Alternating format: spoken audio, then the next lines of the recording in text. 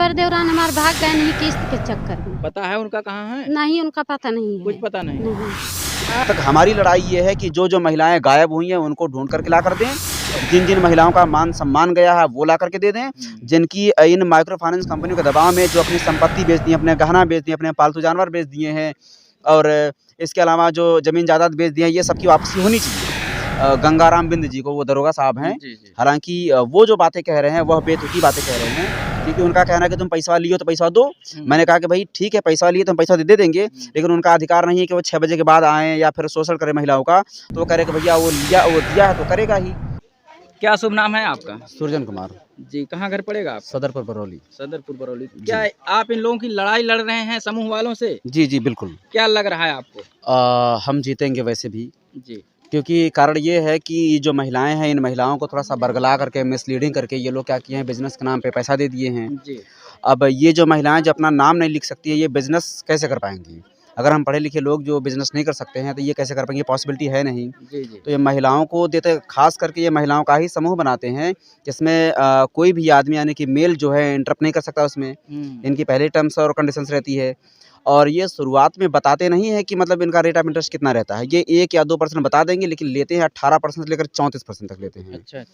अच्छा, उसके बाद जब आते हैं, हालांकि जो है जितने भी रिकवरी एजेंट होते हैं, इनके पास एक IIBF द्वारा सर्टिफाई एक DRS सर्टिफिकेट होना चाहिए, तभी आदमी वसूली कर सकता है। हालांकि इनके पास होता नहीं है। अगर किसी के पास है भी तो 8 बजे से पहले सुबह के और शाम के 6 बजे के बाद इनके पास अथॉरिटी नहीं है कि आ सकें। अच्छा, ये आते हैं, ये रात के 11 बजे तक आ जाते हैं। इसके अलावा महिलाओं को थोड़ा सा टार्चर करते हैं कि भैया पैसा दो, क्योंकि जब हम पैसा दे रहे थे तब तो ऐसा कुछ बताया नहीं कि हमको समस्या होगी, हम नहीं दे पाएंगे, ऐसा कुछ बताते नहीं। लेकिन ये परेशानियां इसलिए आ जाती क्योंकि ये गरीब स्तर के जो लोग हैं, जो रोज़ कमाते हैं, रोज़ खाते हैं, तो यही लेते हैं ना। क्योंकि अगर ये उद्देश्य है कि महिला सशक्तिकरण अगर देना है, तो या फिर बिजनेस के नाम पे अगर देते हैं तो किसी को 2-4 करोड़ रुपए देकर दिखा दें, ये पॉसिबिलिटी है नहीं। और ये महिला सशक्तिकरण एक शब्द है, ये महिला शोषण करते हैं पूरी तरह से। अच्छा। क्योंकि बहुत सारी महिलाओं के माध्यम से ये जानने को मिला है कि ये कहते हैं कि भैया अगर तुमको अपनी किस्त माफ़ करवानी है, अगर नहीं भर पा रही हो, तो या तो दैहिक व्यापार करो, या तो मेरे साथ शारीरिक संबंध बनाओ, या फिर तुम भीख मांग करके ला करके दो। अच्छा। तो यहाँ तक आ जाता है कि तुम भीख मांगो या घर बेच दो, कुछ भी करो, यानी कि कुछ लोग बता रहे थे बेटी बेचो, बेटा बेचो, तब भी जमा करो। हाँ, तो ये दिन देखने के लिए हम लोग थोड़ी कर्जा लिए थे। हालांकि कर्जा लेने का जो कारण होता है कि अगर किसी के पास कोई मुसीबत आ गई है तो वो चाहता है कि हम अपनी संपत्ति बचा कर रखें। तो संपत्ति बचाने के लिए आदमी कर्ज लेता है, लोन लेता है। लेकिन ये माइक्रो फाइनेंस कंपनी द्वारा जो लोन होता है, जो कर्जा होता है, ये संपत्ति बचाने के लिए नहीं बल्कि बेचने के लिए मजबूर कर देता है। तो मैं वही चाहता हूँ कि भाई इनके साथ जो अन्याय हो रहा है, जो महिला शोषण जो हो रहा है, उसी के विरुद्ध में खड़ा हो रहा हूँ। एक चीज और, सरकार तो ये योजना बनाई है कि जिनके पास प्रॉपर्टी रहेगी उसके अनुसार उनको लोन दिया जाएगा। फिलहाल महिलाओं के पास ना तो जमीन इनके नाम है, ना तो घर इनके नाम है, कुछ महिलाओं के नाम हाँ। हो सकती है, लेकिन फिर भी सभी महिलाओं को लोन दे दिया जाता है इनके द्वारा। इस पर क्या कहेंगे? क्योंकि महिला जो होती है, महिला को ट्रैप करना और महिला को मिसलीड करना ये आसान होता है। क्योंकि बहुत पहले से, शुरुआत से हम लोग सदियों से इस बात को जानते हैं कि महिला को शिक्षा से वंचित किया जाता है और महिला एक मुखिया के रूप में रहती ही है। महिला अपने घर में चाहे तो बहुत कुछ कर सकती है, इसीलिए लोग महिला को मतलब ट्रैप करते हैं, उनको टारगेट में लेते हैं। अच्छा, आदमी अगर उनका कुछ बोलना चाहेगा तो आदमी को अलाउ नहीं करते ये लोग, बस आदमी के लिए इतना रखते हैं कि भैया तुम पैसा दे दो। और आदमी अपनी पत्नी का मान सम्मान रखने के लिए कुछ भी करने को तैयार हो जाता है। वो बेचारा जहाँ उसको 2 रोटी खाना, वो 1 ही रोटी खा पा रहा है, वो बचा करके सोचता है कि हमारे परिवार का मान सम्मान बचा रहे।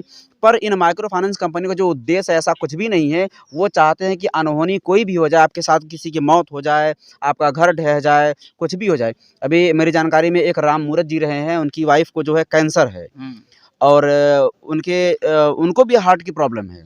इस बात को जानते हुए भी वो लोग आते हैं कि भैया पैसा दो। यानी कि मानवता नाम की कोई चीज़ है ही नहीं। और सरकार का ये लोग नाम देते हैं कि भैया सरकार करवा रही है या फिर हम रजिस्टर्ड हैं, यानी योगी जी को बदनाम कर रहे हैं। हाँ, पूरी तरह से। तो मैं तो चाहता हूं कि आपके चैनल के माध्यम से, किसी के थ्रू जो है, मैं चाहता हूं कि ये बातें जो है माननीय मुख्यमंत्री के यहाँ जाए, प्रधानमंत्री जी के यहाँ जाए, अन्य सभी के यहाँ जाए और इन माइक्रो फाइनेंस कंपनियों पर रोक लगाए। क्योंकि मैं बहुत सारी जगहों पर देख रहा हूँ, अधिकांश में जिन जगहों पर ये लोन लिया गया है, हर एक गाँव पे 10 लाख रुपये से लेके 1-1 करोड़ रुपये का कर्जा हो गया है। तो जिस गांव पे 1-1 करोड़ का कर्जा है, उस गांव की अगर हम भविष्य की अगर बात करें, उज्जवल उज्जवल भविष्य की अगर हम कामना करें तो शायद बेकार है, क्योंकि पॉसिबिलिटी है ही नहीं कि जो गांव अगर 1-1 करोड़ रुपए के कर्ज में अगर डूबा है तो कुछ कर नहीं सकता है। प्रधानमंत्री जी दावा करते हैं कि हम 2047 तक भारत को विकसित कर देंगे। क्या इसी प्रकार से होता रहा तो विकसित वो हो जाएगा? विकसित नहीं होगा, वो बिक जाएगा। क्योंकि विकसित नाम जो शब्द है ना विकसित वाला, वो बेकार है, खामखा में कंपनियां इनको बेच देंगी, बेच रही हैं। बहुत सारी महिलाएं जो घर छोड़कर भाग गई, जैसे कोहिया में भी हाल ही का मामला आया कि एक महिला ट्रेन से कटकर मर गई है, और यहाँ में 2-4 महिलाएं जो हैं घर छोड़कर भाग गई हैं। उनका कुछ पता है? ये कुछ पता नहीं है, क्योंकि वो कहाँ भाग गई हैं ये कुछ पता नहीं, या मर गई कुछ पता नहीं है। हालांकि हम चाहते हैं कि ये जो माइक्रो फाइनेंस कंपनियां हैं, इनके जो रिकवरी एजेंट है, जो इनके ब्रांच मैनेजर है, जो एरिया मैनेजर है, या इनके जो जेडएम है, या इनका जो सीएम है, जो सीओ है, ये लोग उन महिलाओं को, यानी जो लापता परिजन, उनको ढूंढ कर ला करके दें। हम उनका पैसा देने के लिए हम तैयार हैं कि हम उनका पैसा देंगे। हम चाहते हैं, क्योंकि हम बेईमान या हम गद्दार नहीं बनना चाहते। हम चाहते हैं कि अगर हम पैसा लिए तो हम दें, पर जो भरपाई करनी है वो लोग भी करें ना। हमारे समाज से, हमारे जो गांव से जो महिलाएं लापता हुई हैं, जो गायब हुई हैं, उनको ला करके दे दें, अपना पैसा ले जाएं। तो उससे पहले उनका पैसा वसूलना वह उचित नहीं लग रहा है फिलहाल में। और मैं प्रशासन से भी मतलब रिक्वेस्ट करना चाहूँगा कि प्रशासन इन सारी चीज़ों पर रोक लगाए, और माइक्रो फाइनेंस कंपनी को पहले रोक लगा दे कि भैया तुम पहली बात तो वसूली करने जाओ ही नहीं। क्योंकि जब तक हमारी लड़ाई ये है कि जो महिलाएं गायब हुई हैं उनको ढूंढ करके ला कर दें, जिन महिलाओं का मान सम्मान गया है वो ला करके दे दें, जिनकी इन माइक्रो फाइनेंस कंपनियों के दबाव में जो अपनी संपत्ति बेच दी, अपने गहना बेच दिए, अपने पालतू जानवर बेच दिए हैं, और इसके अलावा जो ज़मीन जायदाद बेच दिए हैं, ये सबकी वापसी होनी चाहिए। क्योंकि अगर ऐसा नहीं होगा तो हम मानहानि का मतलब एक केस लगाएंगे इनके खिलाफ, क्योंकि ऐसा ये लोग करते हैं। और जब बात बता दी गई कि भाई महिलाओं को शारीरिक संबंध, दैहिक व्यापार करने की ये लोग सलाह देते हैं, भीख मांगने की सलाह देते हैं, तो ये कतई उचित नहीं है। तो इसकी सूचना आप लोगों को एक बार थाने में देनी चाहिए। क्या आप लोगों ने ऐसा किया? जी, मैं फूलपुर कोतवाली में 2 बार दे चुका हूँ। और पहली बार जब मैं दिया था तो कोतवाल साहब रहे हैं, एक शशि चंद्र चौधरी साहब रहे हैं, और उसके बाद जो है वो जिम्मेदारी दिए थे गंगाराम बिंद जी को, वो दरोगा साहब हैं। हालांकि वो जो बातें कह रहे हैं वह बेतुकी बातें कह रहे हैं। क्योंकि उनका कहना है कि तुम पैसा लियो तो पैसा दो। मैंने कहा कि भाई ठीक है, पैसा लिए तो हम पैसा दे देंगे, लेकिन उनका अधिकार नहीं है कि वो 6 बजे के बाद आएँ या फिर शोषण करें महिलाओं का। तो वो कह रहे कि भैया वो दिया है तो करेगा ही। ये तो आप कंपनी के जो बड़े अधिकारी हैं जी, जो कंपनियां हैं, उनसे बात किए कभी कि आप 1 किस्त या 2 किस्त या 10 किस्त किसी को कैसे दे सकते हैं? ये वो कहते हैं, जो इनके रिकवरी एजेंट या जो इनके ब्रांच मैनेजर आते हैं, वो कहते हैं कि हमारे यहाँ रूल है कि अगर 3 कंपनी से आप पैसा लिए हैं तो चौथा आपको पैसा नहीं मिल सकता है। हालांकि एक महिलाओं के पास जो है 12-12 किस्तें, 15-15 कंपनी से लोग लोन ले चुके हैं। इसका मतलब इनको जो बाकी है 3 के अलावा उसको नहीं जमा करना चाहिए। नहीं जमा करना चाहिए, एक प्रकार से क्लियर है। जी, यहाँ 3 कंपनियां, जो शुरुआत की जो 3 कंपनियां रही हैं, उनको हम दे देते हैं, बाकी का जो हम छोड़ दे रहे हैं, क्योंकि ये इलीगल है। और फिर जो है हम पैसा सबका देने के लिए तैयार हैं, लेकिन जो शाम को आकर के महिलाओं को प्रताड़ित किए हैं, महिलाओं के मान सम्मान से जो छेड़छाड़ किए हैं, इसकी वो भरपाई करें। इनके दबाव में हमारे घर की जो महिलाएं ज़मीन जायदाद बेची हैं, उसकी भरपाई करें। उनके जो गहने मतलब बिके हैं, उसकी ये भरपाई करें। हम मानते कि कर्जा हम लिए हैं, लेकिन जो बेचा गया इनके दबाव में बेचा गया है। क्योंकि हम कर्जा इसलिए कतई नहीं लिए थे कि हमारा सम्मान चला जाए, हमारी संपत्ति चली जाए, हमारे गहने चले जाएं, हम गांव में मतलब मुंह दिखाने लायक नहीं रहें। क्योंकि अगल बगल के जो जिनके पास ऐसा नहीं है, उनको लगता है कि ये लोग बेवकूफ़ हैं, ये पैसा ले लिए तो अब भर नहीं पा रहे हैं। तो हमको, अगर हम रोजगार भी कोई करते, मान लीजिए हम मजदूरी कर रहे हैं, सुबह में हम गए और अब काम करने के लिए गए, तब तक ये फ़ोन कर देते हैं भैया पैसा दो। और अगर हम उनसे कहते भैया 1 घंटे का समय दे दो, पैसा लेकर अभी दे देते हैं, तो कहते हैं हमको ऐसा कुछ भी नहीं सुनना भैया, हमको पैसा दो, उसके बाद आप काम करो। तो अगर इनकी जो प्रताड़ना होती है, इनका जो दबाव होता है, इनके दबाव में आकर हम किसी से पैसा ले भी लेते हैं, तो जिससे लेंगे वो भी तो ब्याज लेगा ना, तो उसका भी ब्याज बढ़ गया, उसके यहाँ भी पैसा बढ़ गया, तो धीरे धीरे हमारी मजदूरी भी चली जाती है। कुछ महिलाएं बता रही हैं कि जब इनको लोन देना होता है तब दीदी कहते हैं, उसके बाद लोन देने के बाद भाभी कहना शुरू कर देते हैं। भाभी तक नहीं, अब वो बहुत कुछ कह जाते हैं, बहुत गालियां दे जाते हैं कि अब बहुत कुछ कह देते भैया, अब शब्द बोल देते, वो ये कहते भाई कि तुम्हें शर्म नहीं आ रही है, तुम पैसा दे नहीं पा रहे, पहले कहाँ थी, तुम्हारा पति कहाँ है, अपने पति से मतलब कहो पैसा दे, रिश्तेदार से कहो पैसा दे, किसी से मांग करके दो, कुछ बेच दो, तो ले करके दे दो, फिर बाद में अपना समझ लेना। तो उनका ये आरोप रहता है कि भैया तुम पैसा ली क्यों, हालांकि मजबूर वही किए हैं, मजबूर भी वही किए हैं कि पैसा ले लो। पहले आते हैं तो कहेंगे रोजगार करो। मैं तो कहता हूं कि 85% महिलाएं बिजनेस की स्पेलिंग नहीं लिख पाएंगी। जी। माइक्रो फाइनेंस कंपनियों से के बारे में बताया जाता है। अच्छा, मैं तो यहाँ तक कहता हूँ भैया अगर बिजनेस बहुत बढ़िया चीज़ है तो तुम एम्प्लॉय क्यों बने हो, तुम खुद बिजनेसमैन बन जाओ। और तुम पढ़ लिख करके बिजनेसमैन बन नहीं पा रहे हो, अनपढ़ महिलाओं को तुम बिजनेसमैन बना रहे हो। तो समाज को पूरी तरह से बरगलाने का काम किया गया है और निम्न वर्ग के जो लोग हैं वहाँ पर बहुत बुरी और बहुत दयनीय स्थिति आ गई है। गोबराहा की महिलाएं भी कुछ दिनों पहले थाने में तहरीर दी थी। अच्छा, फिलहाल अगर आपको इसकी जानकारी नहीं है तो हमारे माध्यम से आप इसकी जानकारी लीजिए और उनसे एक बार संपर्क करिए जी और उनकी भी मदद में आप लग जाइए। डेफिनेटली मैं जाऊंगा। जी। हमारे साथ जो है देखिए एक सखवलिया ग्राम प्रधान जो हैं बबलू भैया, विवेक राजभर जी हैं, वह भी साथ में हैं और खानपुर बेलमा के एक प्रधान जी हैं लालचंद यादव जी हैं जी और इसके अलावा जो है एक महाप्रधान जी यहीं आसपास में रहे हैं। जी क्या नाम है उनका?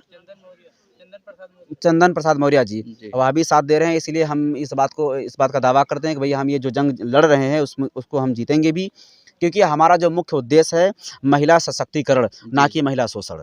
लेकिन ये माइक्रो फाइनेंस कंपनियां महिला सशक्तिकरण के बजाय महिला शोषण ही कर रही हैं। हमें अपने समाज को बचाना है और इसके लिए हमें कुछ भी करना होगा, हम करने के लिए तैयार हैं। हमें प्रशासन से गुहार लगानी है, हमको consumer court, high court, supreme court, कहीं भी अगर हमको जाना होगा तो हम जाएंगे, लेकिन हम इन महिलाओं को बचाएंगे, क्योंकि अभी तक जो हुआ है वह बहुत बुरा हुआ है, पर अब नहीं होने देंगे। जी, यही हमारा उद्देश्य है। धन्यवाद। सरिता कहाँ घर है? सखवलिया। क्या हुआ आपके साथ? देवर देवरान हमारे भाग गए नहीं किस्त के चक्कर में। पता है उनका कहाँ है? नहीं, उनका पता नहीं है। कुछ पता नहीं? नहीं। जो है कि लड़का बच्चा लग गए हैं, समझता माइक्रो फाइनेंस से ज्यादा दिक्कत करते हैं सब लोग। अच्छा, क्या कहते हैं आकर के? कहते हैं या किस्त लाओ या करो, चाहे जहाँ से बेच कर लाओ, कुछ भी कह कर लाओ, ऐसे ऐसे बोलते हैं। वो सब भाग गई इसी तरीके से। अच्छा अच्छा। रात को 7 बजे 8 बजे 9 बजे तक बैठते हैं यहाँ आके। ज़्यादा दिक्कत यही कि 9 बजे तक बैठते हैं, उसका पति मारता था इसीलिए और भाग गई है। अच्छा अच्छा। हाँ, पति मारते थे कि क्यों किस्त ले ली? हाँ, क्यों किस्त ले ली। सबसे बड़ी दिक्कत यही है। यहाँ से 3-4 लोग भागी हैं सेखलिया से। अच्छा अच्छा। हाँ, पता नहीं है किसी का कहाँ नहीं है? पता है। फिलहाल योगी जी कहते हैं कि हमारी सरकार में सभी लोग खुश हैं, मस्त हैं और सभी लोग स्वतंत्र जीवन जी रहे हैं।